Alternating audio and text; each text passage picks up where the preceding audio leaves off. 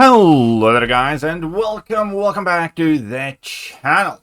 So today we are going to talk about Statcast relics. These are going to be the new relic type that will be joining Model Concept Champions in August build, and they're going to be fundamentally different from the relics existing currently in the game. So let's go over the dev diary and I'll kind of chip in with my thoughts and opinions along the way.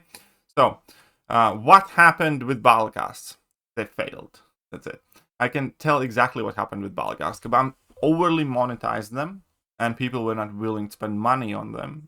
Therefore, Kabam stopped making them because they had spent quite a lot of time and effort designing them, almost to a degree of like designing a new champion, but hardly anybody was actually willing to spend money. As a good example is, how many of you have purchased like an Odin during a big sale, and how many of you have purchased the reliquaries that have like, relic shards and stuff like that in them.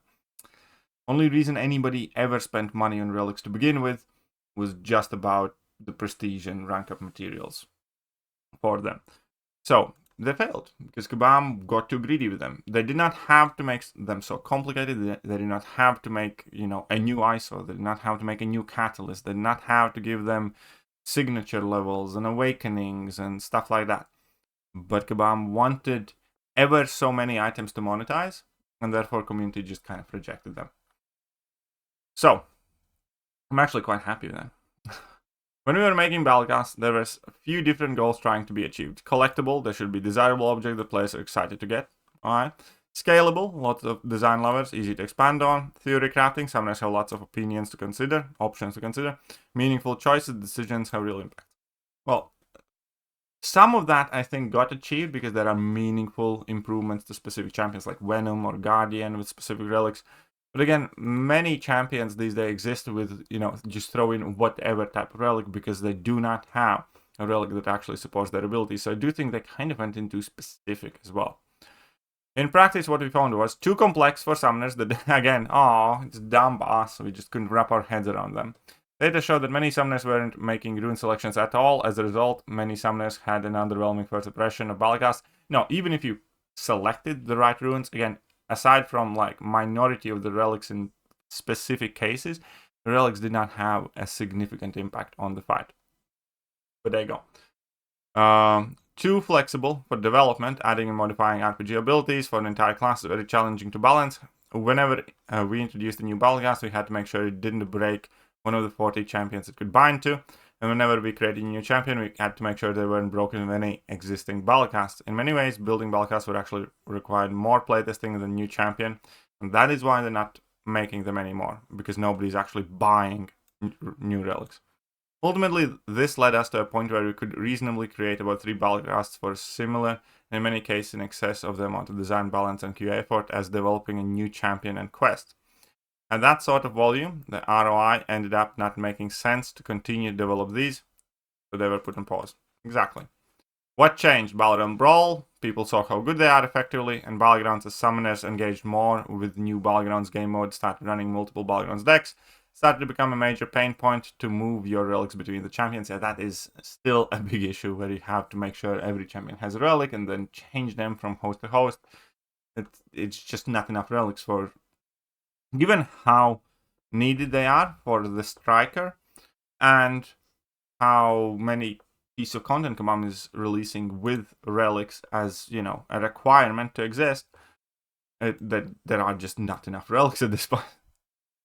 Some lessons learned. Strikers good. Yes, strikers I think everybody's enjoying. Complexity bad, as always. That should be like one of their guiding principles. That goes to everything. If they make a quest overly complex with strategizing planning, it's not great. They make overly complex champion, it's not great. That should be like, stapled in front of each PC at Kabam HQ. Because that is a problem half the time when something goes wrong. Overly cautious, relics had the potential to blow up the game's balance, so were very conservative with their rollout, initially limited to a certain number of game modes. Low rarity versions weren't that strong, and higher rarity relics required significant time to obtain. Hindsight, though, being so conservative undercut their release and compounded to the underwhelming reception. Well, that's why we are here introducing Statcasts. What's the big difference, though? After a lot of internal iteration, how to address these issues, they came up with Statcast. At a high level, they'll be composed of Striker, good. Primary attribute, so each Statcast will have a stat and it boosts by a large amount. Example, critical damage, special damage, block proficiency, etc. Secondary attribute, each Statcast will have a stat that it boosts by a smaller amount, critical damage, special damage, block proficiency. Singular runes, each rune will only have one option, no need to swap it around, good. Active on defense. Now, I do find an issue with this, because there's only one reason to make it active on defense, to make defenders more OP, right? Imagine, Serpent with more block penetration. Imagine chunkier defenders chunkier. Imagine the defenders that are easier to nuke, harder to nuke now. That is it. Statcast rune effects will be active on defender. However, defenders will not be able to use strikers. Yeah, but still. Pending how these are going to get used. First of all, that will make you choose for dual purpose champions, for example. Whether you want to kind of focus on defensive abilities or offensive abilities of that champion.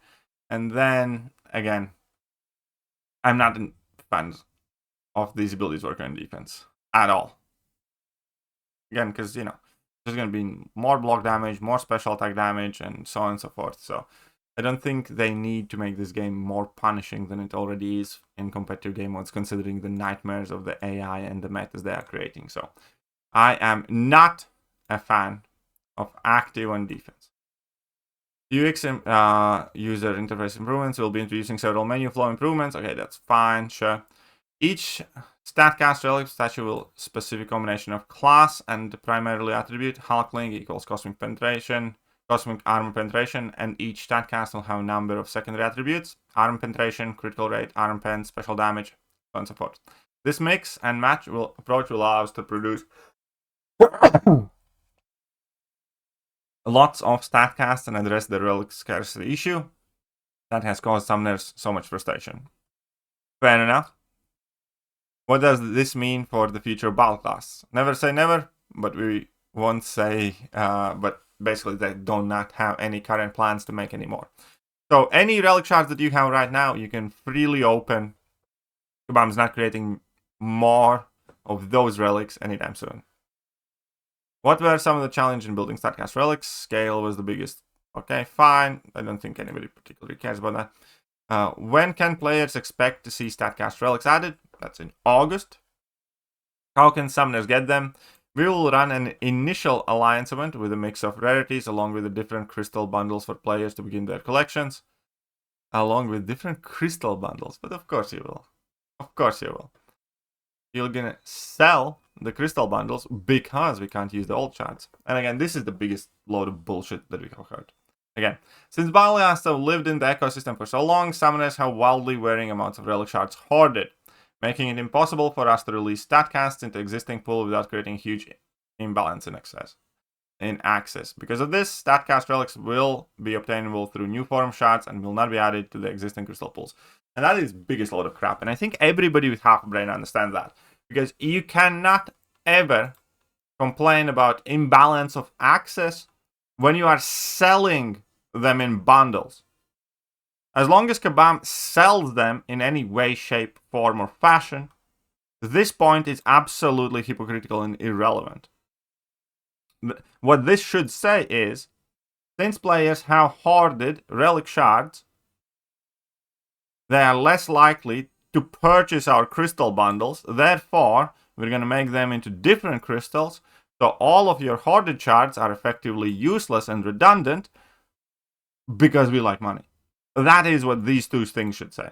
It is such, it is so obvious that I think less of them if they just said it's going to be new crystals due to the monetization. At least they would be honest about it. It is so scummy. Like, some people have varied amounts of shards hoarded, therefore it would be unfair. Selling them, though, is completely fair. People hoarding and getting them for free, not fair. But, you open the wallet, that is fair game. Dicks. But okay, so, your old relic shards, again, you can use them. They will not matter here at all whatsoever. We're going to be chasing a new shards.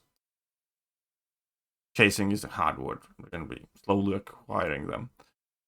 What about my existing relic resources? The rest of the relic resources, again, somehow these work. The rest of the relic resources, alloys and embers and awakening gems and whatever not, sure, they are still good. You can still use them on the new ones. 7-star relics. Statcasts will be available at 5 to 7-star rarities. Battlecasts will remain 3 to 6-star. How many Statcast relics are we talking about here? So, our initial batch stated is a whopping 60 unique Statcast relics per rarity. As a reminder, each Statcast relic will have primary attribute and secondary attribute. There will be 2 primary attribute relics per class, and resulting in 12 unique statuses. And each of them will have 5 possible secondaries, getting us to the total of 60. There are even more slated for subsequent builds, so there's a lot more to be excited about. So they're going to flood us with a bajillion relics now. What are some min-maxing opportunities that you can think of theoretically? So, most of the attributes that the Statcast relics can currently boost up go through the diminishing returns curve, so many of the best combinations will involve either buffing relatively lower stats or finding champions with strong interactions with specific stats. For example, increasing the block efficiency of champions like Guillotine, Tiger, or Mr. Negative can make them much more survivable, and increasing low base critical rating of somebody like Kingpin or Hulkbuster or Titania or Storms and have a large impact on the damage output. Further, Lady Deathstrike gets additional damage increase from her armor rating, and champions like Jack-O-Lantern, Shuri, and Guardian all scale damaging effects with their current critical damage rating, involving Kate Bishop, for example. So, there are quite a few champions out there that will have some unique interactions. In general cases, yeah, you will want, the champs that have low crit rating to increase that crit rating. For instance, Warlock has massive crit damage rating, abysmal crit rating. So if you can get Warlock to crit a lot, he's all of a sudden going to be high damage output champion. And vice versa. There are champions with high crit rate, low critical damage rating, and so on and so forth. So it is going to be obviously a new thing that can be quite interesting and intriguing. Again, unfortunately, anything new and cool that comes to the game, Kabam does kind of put a stinking, piece of excrement on top of the cake that they're making for us, and that kind of sours the experience. And therefore, immediately, naturally, I am significantly more critical of all the new relics that I ought to be, because in general, I wanted Kabam to be increasing, the amount of relics in the game. Didn't care that they are more basic or simple, but I do care that they will affect the defenders now. So defenders are going to be more chunky and annoying and do more block damage. And I do care that we all have to start chasing them all over again, and our existing shards do not matter because, obviously, money. There are a few more questions. We have no idea how they will affect prestige as well, which is quite annoying because them existing as 7 stars could potentially mean that they will be significantly more relevant for the prestige chase that is very live right now due to the Radiance and AQ and raids. So there's still plenty that remains to be seen. Obviously, painting with a broad stroke, I do think we needed more relics, so it's good that we're getting them, even if they are simple versions. But Kabam, just as always, put their dirty little fingers on it and, taint the whole experience by introducing crappy changes and crappy ways to monetize them. So there you go. That's what I think. But for now, let me know what you think, and I'll catch you guys soon. Bye-bye. Hello there, guys, and welcome back to the channel. So we have already